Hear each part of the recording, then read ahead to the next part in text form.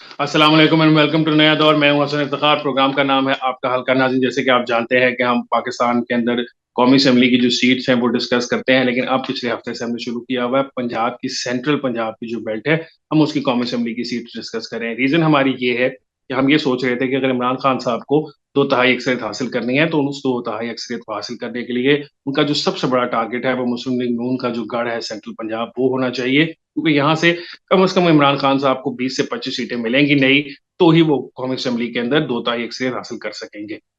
हमने इस सिलसिले के अंदर पिछले हफ्ते कवर किया साहिवाल, काड़ा और पाकपतन डिस्ट्रिक्ट्स। अब हम जा रहे हैं उससे मुलेकर डिस्ट्रिक्ट, जो पाकपतन से अगली डिस्ट्रिक्ट आती है वो है कसूर डिस्ट्रिक्ट की। तो आज डिस्ट्रिक्ट हम कसूर डिस्कस करेंगे अपने प्रोग्राम के अंदर। कसूर डिस्ट्रिक्ट जो है, कसूर जो है वो बाबा बुल्ले शाह का शहर है, मैडम नूरजहां का शहर है, और सियासी तौर पर ये मुस्लिम लीग नून का भी शहर है या इलाका है, आप समझ लें। कौमी असम्बली के जो 2018 की चार कौमी असम्बली की सीट्स हैं कसूर शहर की, 2018 के अंदर इन चार में से तीन कौमी असम्बली की सीट जो है वो मुस्लिम लीग नून बआसानी जीत गई थी। एक कौमी असम्बली की सीट पाकिस्तान तहरीक इंसाफ जीती थी। अगर हम शुरू करें, पहली सीट जो है वो NA 137 बनती है, कसूर वन है। वहां पर साद वसीम साहब थे, नौजवान हैं, मुस्लिम लीग नून के टिकट पर इलेक्शन लड़े 2018 में। 1,21,000 वोट उन्होंने हासिल किए। उनके मुकाबले में जो इलेक्शन लड़ रहे थे वो सरदार आसिफ अहमद अली थे, पुराने सियासतदान थे मरहूम। बहुत उनकी सियासत के अंदर टाइम गुजरा, लेकिन 2018 के इलेक्शन के अंदर वो तकरीबन 80,000 वोट से हार गए। उन्होंने 42,000 वोट हासिल किए साद के 1,21,000 के मुकाबले में। साद वसीम के बारे में आपको बताता चलूं कि साद वसीम के जो वाले साहब हैं, शेख वसीम साहब, वो यहाँ से कौमी असम्बली के दो बार मेंबर रह चुके हैं।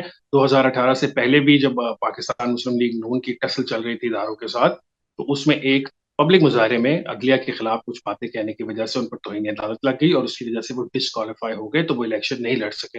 लेकिन उनके बेटे ने इलेक्शन कंटेस्ट किया और तकरीबन जितने वाले साहब वोट लेते थे जिस तरीके से, शायद उससे 4 वोट ज्यादा ही लिए। 137 की जो है, इसमें तीसरे नंबर पर आए थे चौधरी मंजूर साहब, पाकिस्तान पीपल्स पार्टी के। सेंट्रल पंजाब के ये शायद उन गिने चुने हलकों में से होगा जहां पाकिस्तान पीपल्स पार्टी के कैंडिडेट जो हैं वो अच्छे वोट लेते हैं। अच्छे वोट लेने का मतलब ये है कि चौधरी मंजूर साहब ने तकरीबन 33,000 वोट लिए, जो कि पाकिस्तान पीपल्स पार्टी की जो सेंट्रल पंजाब की परफॉर्मेंस है उसके हिसाब से बहुत ज्यादा अच्छे वोट है। आने वाले दिनों में जब हम लाहौर कसूर डिस्ट्रिक्ट से लाहौर डिस्ट्रिक्ट की तरफ आएंगे, तब जाके आपको मेरी ये बात ज्यादा बेहतर अंदाज में समझ आएगी कि चौधरी मंजूर साहब के जो 33,000 वोट है कसूर के अंदर, उनकी कितनी ज्यादा वैल्यू है। चौथे नंबर पे यहाँ पे आई थी नासरा मेो साहिबा, मेवाती बरादरी से थी, आजाद इलेक्शन लड़ रही थी, तकरीबन 28,000 वोट उन्होंने हासिल किए थे। NA 137 के नीचे दो सूबाई असम्बली की सीट्स हैं, PP 174 और PP 175। दोनों सीट्स के ऊपर मुस्लिम लीग नून ने फतह हासिल की और अच्छी खासी क्लियर विक्ट्री थी, तकरीबन 25,000 से ज्यादा की लीड है दोनों सूबाई असम्बली की सीट्स पर, जो कि एक इलेक्शन के हिसाब से बहुत ज्यादा होती है। आगे चलते हैं। NA 137 के बाद दूसरा कसूर का हल्का है NA 138 कसूर दो। यहाँ से इलेक्ट हुए मलक रशीद अहमद खान साहब। 1,09,000 वोट लिए उन्होंने। उनके मुकाबले में इलेक्शन लड़ रहे थे सरदार राशिद तुफैल साहब। उन्होंने 49,000 वोट लिए, तो तकरीबन 60,000 की यहाँ भी मुस्लिम लीग नून को लीड हासिल है। सरदार राशिद तुफैल के बारे में आपको बताता चलूं, क्योंकि वाले साहब जो है सरदार तुफैल, वो भी पुराने सियासतदान हुआ करते थे, और अब उनको पाकिस्तान तहरीक इंसाफ की जब टिकट मिली, उन्होंने इलेक्शन कंटेस्ट किया। लेकिन मुकाबला इतना सख्त नहीं था जिस तरह हम आम हालात में एक्सपेक्ट कर रहे थे। NA 138 के नीचे दो सूबाई असम्बली की सीट्स हैं, PP 176 और PP 182। ये दोनों सूबाई असम्बली की सीट्स भी मुस्लिम लीग नून के पास है। इससे आगे चलते हैं। तीसरा हल्का है कसूर का NA 131 कसूर थ्री। वहां से मुकाबला जरा टफ था पाकिस्तान तहरीक इंसाफ के कैंडिडेट और मुस्लिम लीग नून के दरमियान। मुस्लिम लीग नून के यहाँ से कैंडिडेट थे राना मोहम्मद इसहाक। उन्होंने हासिल किए थे 1,21,000 वोट, जबकि मुस्लिम लीग नून का मुकाबला कर रहे थे PTI के टिकट पर अजीमुद्दीन लखवी साहब। उन्होंने हासिल किए थे 1,12,000 वोट। और मैं आपको बताता चलूं कि अजीमुद्दीन लखवी साहब जो हैं, वो इससे पहले भी इलेक्शंस कंटेस्ट करते रहे, मुस्लिम लीग काफ के टिकट पर इलेक्शन कंटेस्ट करते रहे, और उनका बहुत ज्यादा रिलीजियस वोट भी है। जबकि जो राना मोहम्मद इसहाक साहब हैं, वो भाई पेरू के जो रानाज हैं उनके उनकी फैमिली में से हैं, और उनकी फैमिली की सियासी जो सिस्टम है वो बहुत पुराना चल रहा है। तो ऑब्वियसली आप ये देखेंगे, इससे अगली सीट पर भी जो हम डिस्कस करेंगे, तो वहां पर जो हारने वाले मुस्लिम लीग नून के कौमी असम्बली के कैंडिडेट थे वो भी के खानदान से थे। इसी कौमी असम्बली के नीचे की तीन सूबाई असम्बली की सीट्स हैं। यहाँ पर जो तीनों सूबाई असम्बली की सीट्स हैं उनमें से दो पर पाकिस्तान तहरीक इंसाफ जीती थी, जबकि जो तीसरी PP 178 है वहां से मुस्लिम लीग नून के कैंडिडेट जीते थे। उसके बाद है अगला हल्का NA 140। लेकिन इससे पहले कि हम NA 140 पर जाएं, NA 131 की इंटरेस्टिंग बात यह है कि यहाँ पर सरदार आतिफ नकई साहब जो हैं वो भी आजाद इलेक्शन लड़ रहे थे 2018 में, उन्होंने तकरीबन 40,000 वोट हासिल किए। तो अगर आतिफ नकवी साहब जो है वो खुद ना खड़े हो जाते, क्योंकि नकईस जो है वो पाकिस्तान तहरीक इंसाफ के टिकट पर अगले जो 140 है उसके अंदर इलेक्शन कंटेस्ट कर रहे थे, तो शायद पाकिस्तान तहरीक इंसाफ 139 सीट जो थी वो निकाल जाती। NA 140 के अंदर सरदार तारब नकवी साहब MNA बन गए, जीत गए। मुकाबला उनका था राना मोहम्मद हयात साहब से, बहुत क्लोज कॉन्टेस्ट था। 1,24,621 वोट लेकर सरदार तारब नकवी MNA बन गए, जबकि 1,24,385 वोट लेकर राना मोहम्मद हयात साहब जो थे वो इलेक्शन हार गए। तो ये तकरीबन 200-250 वोट की लीड से पाकिस्तान तहरीक इंसाफ ने सीट निकाल ली। इसके नीचे की जो दो कौमी सूबाई असेंबली की सीट्स हैं, उनमें से एक पर PP 180 के ऊपर पाकिस्तान तहरीक इंसाफ जीत गई, जबकि PP 181 पर मुस्लिम लीग नून जीत गई। तो ये तो थी 2018 के हालात। 3 कौमी असेंबली की सीट्स मुस्लिम लीग नून की, 4 में से और 9 में से 6 सूबाई असेंबली की सीट्स 2018 में उनको मिली। अब अगर इलेक्शन हो जाते हैं तो आने वाले दिनों में क्या होगा, इस मौजूदा हल्के की जो सारी डिस्ट्रिक्ट है उनकी क्या सूरत हाल है, सियासी तौर पे क्या हालात हैं, इस सब को डिस्कस करने के लिए आज प्रोग्राम में हमें ज्वाइन कर रहे हैं सीनियर जर्नलिस्ट हैं और एनालिस्ट हैं डॉक्टर सलीमुर रहमान साहब कसूर से। उनको वेलकम करते हैं शो में। Welcome to the show doctor साहब। देखिए जी, अगर हम सियासत की बात करें तो 2018 के इलेक्शन तो वैसे ही जो है वो अनयूजुअल थे, लेकिन यहाँ ये मैं आपको बताता चलूं कि 80% जो डिस्ट्रिक्ट कसूर के वोट्स हैं वो डेराबंदी और जो यहाँ की मकामी उनका है लीडर उनके अंडर है, उसमें कोई पार्टी कंट्रीब्यूशन है ही नहीं। और जो कसूर शहर है यानी कि NA 131 जो है, इसमें 80% जो है वो नून लीग के बंदे हैं और PTI की पोजीशन वो नहीं है। और अगर मैं बात करूं इसमें अभी भी तो चौधरी मंजूर पीपल्स पार्टी के और साद वसीम, जैसे आपको पता है कि 70,000 की लीड से उन्होंने जीता था, तो ऐसा महसूस होता है कि PTI के वोट तो कुछ बड़े हैं जो उनके वर्कर्स ने काम किया है, लेकिन वो लीड पे अफेक्ट करेंगे। उसमें को PTI जो है मेजर जो है उसमें कंट्रीब्यूशन उसका जीतने का कोई चांसेस नहीं है। ये NA 131 की मैं बात करता हूँ। अगर मैं 132 जी एक एक करके सर चलते हैं ना। NA 131 जो आप कह रहे हैं, NA 137 था ना 2018 के अंदर, जहां साद वसीम साहब ने 1,20,000 वोट दिए हुए, उसी हल्के की अब बात कर रहे हैं। मरहूम आसिफ अहमद जो थे, सरदार आसिफ अहमद अली साहब, उनसे उनका मुकाबला था और उन्होंने 42,000 वोट दिए थे, यानी कि 80,000 का जो आप डिफरेंस माशाल्लाह बता रहे हैं, मेजर डिफरेंस है। ये आपको नजर आता है कि ये 137 जो था पुराना या 131 जो आप कह रहे हैं, इसमें अब तो PTI को टिकट होल्डर कौन होगा वो तो फैसला भी नहीं हो पाएगा, क्योंकि एक बड़े लीडर थे वो तो चले गए, अब एक गैप पैदा हो गया। दूसरा, इसी के अंदर हम चौधरी मंजूर साहब की बात करें, उन्होंने भी तकरीबन 33,000 वोट लिए थे, तो पीपल्स पार्टी का कैंडिडेट तकरीबन नेक टू नेक खड़ा था PTI के साथ। अजीब बात लगती है पंजाब की बेल्ट में। एक तो ये भी समझाइएगा हमें कि पीपल्स पार्टी का वोट ये शहर के हल्के में इतना चौधरी मंजूर साहब कैसे ले गए, और साथ जो है तो नौजवान है, जरा उसके बारे में भी हमारे नाज़रीन को बताएं कि वो एक नौजवान सा लड़का सा है, वो कैसे MNA बन गया, उसके फैमिली के MNA जो वाले साहब थे वो कैसे D सीट हो गए, जरा ताकि हमारे अवाम जो है वो जरा 2018 को ज्यादा बेहतर अंदाज में समझ सके। देखें, ये मैं आपको बताता जाऊं कि कसूर में जो मेजॉरिटी है वो शेख बिरादरी और अंसारी बिरादरी की है। तो नीचे वाली जो सीट है वो तकरीबन अंसारी बिरादरी को मिलती है, ऊपर वाली ये इनका कंट्रीब्यूशन है क्योंकि इनके वालिद भी 2 दफा जो है वो MNA हुए थे। और एक कॉन्सिक्वेंसेस ऐसा बन जाता है कि जो यहाँ की ताजर बिरादरी है, कारोबारी हल्का है, वो शेख जो है फैमिली से ताल्लुक रखते हैं, तो वो तो पक्के पक्के नून लीग के हैं। इसमें इफेक्ट जो करती है, जो करेगी यानी कि आइंदा इलेक्शन में, वो है जो हल्का बंदियां जो नई बनी हैं। जैसे कसूर शहर के साथ मुस्तफाबाद मिल गया, अब मुस्तफाबाद में वोट टूट सकते हैं, वो इसलिए कि वहाँ जो PTI के मुजम्मल मसूद हैं या दूसरे हैं वो काम कर रहे हैं। तो PTI का तो अभी कंफर्म ही नहीं है कि वो नदीम हारून खान एक कैंडिडेट हैं, माहर सलीम एडवोकेट हैं। अगर नदीम हारून खड़ा होते हैं तो उनका अपना कोई जो है वो उस पर कोई नहीं है हिसाब किताब, यानी कि उनका कोई नहीं चलता। और लेकिन अगर देखा जाए उनका क्या कहते हैं मार सलीम एडवोकेट का, तो उसके पास प्लस ऑप्शन ये है कि जो बाहर के वोट्स हैं वो उनको मिलेंगे। लेकिन इसके बावजूद नून लीग को 131 से हराना बहुत, अगर पार्शियल इलेक्शन होते हैं तो वो बहुत ही मुश्किल होगा।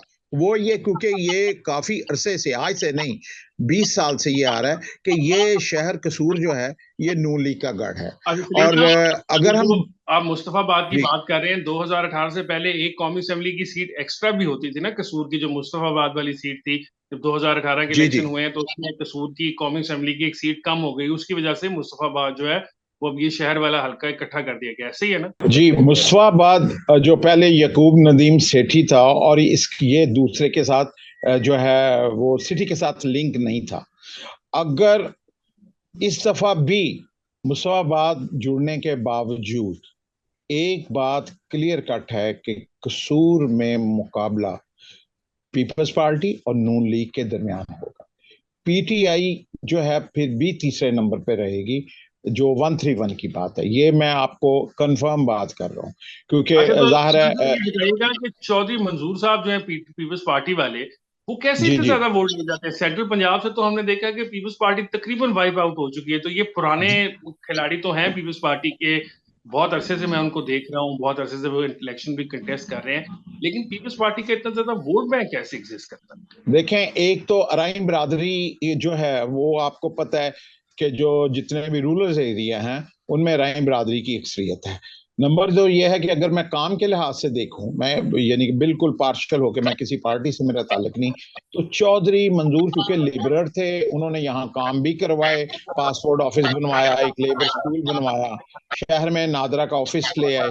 इस तरह का वो काम, हर गमी खुशी में वो शरीक होते हैं। प्रैक्टिकली वो बंदा न्यूट्रल और काम करता है, अंदर ही अंदर अपना जो है ना वो नहीं देखता, निचले तबके से लेके ऊपर तक उसका जो मिलना है वो कायम रहता है। और जो आपको पता है कि जो लेबर है या गरीब आदमी का वोट है, वो जो अंदर एक है पीपल्स पार्टी का जियालाइज्म, वो खत्म नहीं हुआ। तो जो है नून लीग क्योंकि थोड़ा सा अपने तरीके से वो चलती है, लेकिन इन चौधरी मंजूर जो है वो एक अपने आप को अब भी, यानी कि वो उनकी एक अहमियत है। ये अलग बात है कि वो शायद नून लीग के मुकाबले में उतने वोट ना ले सकें। आपको याद होगा कि नीलोफर मेहंदी थी, वो चौधरी मंजूर के मुकाबले में उन्होंने इलेक्शन लड़ा, ले उनको सरकारी रसाई भी हासिल थी, एहसास इदारों की मदद भी हासिल थी, लेकिन इसके बावजूद चौधरी मंजूर जो है वो जीते, नीलोफर मेहंदी हार गई। सो इसलिए जो है वो ये कहना, क्योंकि जिस तरह की हल्का बंदी है ना, तो शहर में ये वोट तो डिवाइड होगा। अब देखना यह है कि नीचे वाली सीट में कौन कौन बंदे आते हैं जो अभी कंफर्म नहीं है। हर कोई कह रहा है कि मैंने खड़ा होना है, मैंने खड़ा होना है। तो ये क्योंकि सियासी खिलाड़ी हैं और ये अपनी सियासत के जरिए काम करते हैं, इनके पास वोट बैंक होने के अलावा अपने जो वर्कर हैं वो बड़े मजबूत हैं, जिन्होंने इधर से उधर नहीं होना। तो ये मुकाबला अब भी दो पार्टियों के दरमियान होगा, पीपल्स पार्टी और नून लीग। पीटीआई 131 में अभी इस काबिल ही नहीं हुई कि ये जीत सके। हाँ, अगर मार सलीम एडवोकेट को टिकट मिलता है तो वो ये कर सकते हैं कि अब वकला बरादरी के वोट जो हैं वो गेन कर सकें, और इस तरह, क्योंकि वो भी आ रही हैं। लेकिन अभी ये कहना कबल वक्त होगा, आने है? अच्छा, वाले इस वक्त में अगले देखते हल्के हैं में क्या चलते होता हैं। है। अब हम इससे अगले जी हल्के में चलते हैं, शहर से जरा थोड़ा बाहर निकलते हैं। रशीद अहमद खान साहब का रशीद अहमद खान साहब का हल्का है, वहां से वो भी तकरीबन 1,09,000 वोट लेके जीत गए। मुकाबले में सरदार रशीद तुफैल साहब थे, वो सरदार तुफैल के जो बेटे हैं, उन्होंने फोर्टी हाँ जी। नाइन थाउजेंड वोट लिए, 60,000 की लीड से ये भी जीत गए। अभी चले शहर में, तो आप बता रहे थे कि वहाँ शेख बरादरी है और मुस्लिम लीग नून का बहुत वोट है, तो ये शहर से बाहर निकल के ये तो देहाती हल्का है, इसके अंदर क्या हो गया? कैसे मुस्लिम लीग नून अब यहाँ पे मलिक इतने कैसे जीत गई? जी, अब मैं आपको जो सबसे बात बताई थी कि 80% जो वोट हैं डिस्ट्रिक्ट कसूर के, वो डेराबंदी के हैं, और जो चौधरियों के वोट हैं। मलक रशीद, उसकी फैमिली जिसमें मलक अहमद खान भी है, दूसरे भी हैं, अब जिला कौंसिल हो, इस तरह हो, इनका एक पूरा एक नेटवर्क है। जो गो हल्का बंदियां जो हैं, कोटराजा किशन साथ मिल गया। अब जो राशिद तुफैल हैं इस मुकाबले में बड़े वीक हैं, कि उनकी सिर्फ जो पब्लिकली जो बात है वो सिर्फ कोटराजा किशन तक महदूद है, और उनका कोई इमेज और डेरादारी में वो इतना टॉप क्लास नहीं है, वो अपने इलाके से बाहर नहीं निकले। जिस वजह से उनको जो है वो अभी भी अगर ये फेयर इलेक्शन होता है तो मलिक रशीद जो है वो ही जीतेंगे, क्योंकि मुझे नहीं नजर आता कि राशिद तुफैल जो है वो इसमें गेन करेंगे, क्योंकि डेराबंदी चौधरीज्म, क्योंकि गांव में कहाँ गई मर्ग हो की शादी होगी, मलिक रशीद ने पहुंचना है, उनके बेटों ने पहुंचना है, ये चीज जो है वो उनको कामयाब करती है। बावजूद इसके कि उन्होंने कोई इतने ज्यादा डेवलपमेंट काम नहीं किए, कोई इतना लंबा चौड़ा काम नहीं किया, लेकिन उनकी डेराबंदी मजबूत है। और इस वजह से 132 में इन दो मेजर कैंडिडेट है, राशिद तुफैल खान, और क्योंकि उसके बाप का एक अपना एक वजूद था लेकिन उस टाइम पे जो हल्का बंदियां थी वो राजा जंग और इस तरह के इलाके थे, जो अब ये नई हल्का बंदियों में ये सारे इधर उधर हो गए। वो काम करना पड़ा मलिक रशीद को भी, कोट राधा किशन साइड पे या इस साइड पे, लेकिन उन्होंने अपने आप को पिछले इलेक्शन में आपके सामने दिखाया कि वो जीत गए। अगर हम बात करें 133 की, तो उसमें दो ही कंपटीटर हैं, और वो हैं राना हयात, और उनके मुकाबले में जो है वो डॉक्टर अजीमुद्दीन लखवी खड़े होंगे।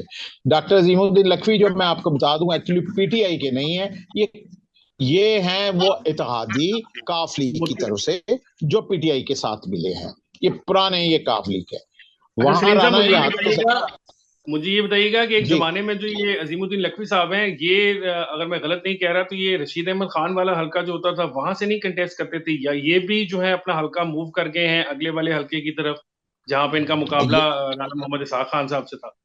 वो कट गया ना, वो अब इलाहाबाद साइड जो चुनिया साइड है वो एक तरफ हो गई, इस वजह से अब वो राना हयात के साथ जो है वो अटैच होना पड़ेगा उनको, क्योंकि वो नहीं, इलाका लेकिन अब ये उधर हो गया। लेकिन इन्होंने तो काफी अच्छा, इनकी तो अच्छी काफी परफॉर्मेंस बड़ी अच्छी रही 2018 में अगर हम देखें, बाकी कसूर के निस्बत जहां पे 70 80 90 हजार के मार्जिन हैं या साठ लेकिन हजार के जीते तो मार्जिन नहीं है। ना। आपको पता है कि राना हयात का एक अपना सेटअप है, इसमें मुकाबला हो सकता है, इसमें मुकाबला हो सकता है, क्योंकि काफ लीग प्लस पीटीआई जो ये दो चीजें शामिल हैं डॉक्टर अजीमुद्दीन लखवी में, काफ लीग और पीटीआई। और नंबर 3 है एक मजहबी जो हल्का है, वो डॉक्टर अजीमुद्दीन लखवी के साथ है, वो डॉक्टर अजीमुद्दीन अच्छा, लखवी तो के अब साथ है। सर मुझे बताइएगा, इससे अगली जो आखिरी सीट है वो है हाँ जहां जी, पे सरदार तालिब नकई साहब जीते, वो वाहिद सीट है 134 पीटीआई जो जीती है उस पूरे कसूर में से। तीन चार कौमी जी असेंबली वो सीटों में से पीटीआई नहीं तीन जीती, वो राना वो तालिब नकई जीता है, अच्छा, मैं यानी कि उसको वहां पे भी कंसिडर आप, पीटीआई। अब यस वहां भी उनके आप, पक्के, वो राना इसहाक के अपने वोट हैं, तालिब नकई फैमिली के अपने वोट हैं, आपको पता है इनके बड़े जो हैं वो भी गवर्नमेंट में अटैच रहे, और इसलिए ये मुकाबला आप पार्टी में इसके ज्यादा से ज्यादा 5% वोट हो सकते हैं, बाकी इनके अपनी वो जो हजारादारी है उसके वोट है। तो आपको नजर आता है सलीम साहब कि अब ये सोशल मीडिया का दौर आ गया है, इमरान खान साहब की एक बहुत बड़ी वेव है, तो ये जो पुरानी इजारादारियां हैं इनको भी तो खान साहब चैलेंज कर देंगे ना? लोग जो के देख नहीं रहे हैं वो तो समझ रहे हैं कि ये सब खान साहब हटा देंगे, तलपट कर देंगे पुराने निजाम को। नहीं, मैं आपको एक बात बताता चलूं कि खान साहब को अपनी दीवार के बाहर किसी चीज का पता ही नहीं है। अब मैं ये सीटों का बात बता दूं कि 131 में नदीम हारून खान, मार सलीम, ये वो डिसाइड किसने करना है, खुर्शीद महमूद कसूरी ने पिछली दफा किया था, गमले भी चले थे। यानी कि जो पुराने वर्कर थे रियल पीटीआई के, जब ये इनको स्टेब्लिश किया गया था इमरान खान साहब को, तो तब उनको तो रखा ही नहीं गया जो पीटीआई के ओरिजिनल वर्कर थे, और बाद में वही हुआ कि सियासी बंदे ही उठा के जिनका डेरे वडेरे जो है उनको ही रखा जाता है। अगर आप तालिब नकई को कहेंगे कि वो पक्के पक्के पीटीआई के, तो ऐसा नहीं है, उनको तो अपने हल्के का वोट, पार्टी को जरूरत होती है बंदे की, यानी कि अगर इसमें देखा जाए, और इनको पार्टी की जरूरत नहीं होती, इनके अपने वोट बैंक हैं, इसलिए पार्टियां मजबूर हैं इनको रखने के लिए। अच्छा, तो सलीम साहब, अगर मैं आपसे ये सवाल पूछूं कि वैसे तो किसी सहाफी से इस तरह का सवाल नहीं पूछना चाहिए कि प्रिडिक्शन करे कि वो मुस्तकबिल में क्या होगा, लेकिन अगर इलेक्शन हो जाता है 4 6 महीने के अंदर, तो ये जो 4 कौमी असेंबली की सीटें हैं कसूर की, इसमें 3-1 है पहले, आपको ये तब्दील होता हुआ नजर आता है इमरान खान साहब की फेवर में कि ये 2-2 हो जाए, इमरान खान साहब एक और सीट निकाल जाएं, या एक से जायद नई और सीट निकाल जाएं? आपको ऐसा नजर आता है कि ऐसा हो सकता है, ऐसी पॉसिबिलिटी है स्ट्रॉन्ग कैंडिडेट लाएं तो ऐसा कर सकते हैं वो? देखिए जी, अगर तो वोट को कंट्रोल नहीं किया जाता लाइक 2018 के, यानी कि ये वो दौर था, मैं बड़ी माजरत के साथ मुझे कहना पड़ता है क्योंकि मैं खुद इन था, मैं चेक कर रहा था कि जो डिस्ट्रिक्ट इलेक्शन ऑफिसर था उसको भी दाखिल होने नहीं दिया गया था। यानी कि आप चेक नहीं कर सकते थे, आप अंदर नहीं जा सकते थे, आप बाहर से ही जो मर्जी करें, आपको कंट्रोल। अगर ये पार्शियल इलेक्शन होता है, जैसा कि अब लग रहा है कि एस्टेब्लिशमेंट में भी छोड़ दिया है कि ये सियासी लोग खुद ही अपनी जंग लड़े, अगर ये होता है तो तब भी जो लीड्स हैं वो कम होंगी। फिलहाल पीटीआई का बहुत ही, यानी कि अभी इतना रोल नहीं है डिस्ट्रिक्ट कसूर में जिसको हम कहें, क्योंकि इनके आपस में लड़ाई है, इनके वर्करों में आपस में लड़ाई है कि जी जान मैं मारता हूं और टिकट किसी और को मिल जाता है। जैसे नदीम हरून जो है वो अभी चंद माह हुए हैं वो स्क्रीन पे आए हैं, उससे पहले वो गायब हो गए थे। और ये चीज इतराज है छोटे वर्कर जो, जब मेरी उनसे बात होती है तो वो कहते हैं ये ज्यादती है। और ये चीजें लड़ रही हैं कि जिन पीटीआई टिकट किनको देती है, ये अभी तक जो है, और उस पर डिपेंड करेगा जब इनको टिकट मिल जाएगी कि किस बंदे को टिकट मिलेगी, तो फिर इंशाल्लाह ताला मैं और आप एनालिसिस करेंगे कि इस जिस बंदे को टिकट मिला है 131 में, उसमें कोई नहीं। ये तो तालिब नकई और राना इसहाक के दरमियान पार्टी जो भी हो, मुकाबला इन दोनों में होना है और बड़ा टाइट होना है, कोई छोटा मोटा मुकाबला नहीं। ये दोनों सीटें जो हैं, राना हयात वाली और राना इसाक वाली, ये बड़ा इसमें टाइट मुकाबला होगा। इसमें हम कोई प्रेडिक्ट नहीं कर सकते कि कौन जीतेगा कौन नहीं जीतेगा, क्योंकि ये इनका अपना अपना जो है वो उनके करता वोट बैंक है और उनकी है अपनी स्ट्रेंथ्स हैं, और जिस तरह आपने बताया कि अपनी अपनी डेरेदारी है। बहुत बहुत शुक्रिया सलीम साहब आपका, डेरेदारी। आपकी वजह से थैंक हमारे यू वेरी नाज़रीन को मच। बहुत आज में पता चल गया कि कसूर के क्या हालात है। नाज़रीन, आपको सलीम साहब ने बताया कि अगर मौजूदा हालात ही चलते रहे तो पाकिस्तान तहरीक इंसाफ कुछ ज्यादा गेन करती नजर नहीं आ रही कसूर के अंदर। कैंडिडेट अच्छे चूज करने पड़ेंगे उनको, लीड शायद वो कम कर लेंगे मुस्लिम लीग नून के साथ मुकाबले में। जो उनको लीड्स मिली थी मुस्लिम लीग नून को 2018 में, शायद वो कम हो जाए, लेकिन इस वक्त सलीम साहब के मुताबिक वो मेजर चेंज होती है हमें नजर नहीं आ रही। तो इंशाल्लाह कल हाजिर होंगे एक और नए प्रोग्राम के साथ। मुझे इजाजत दीजिए, अल्लाह हाफिज।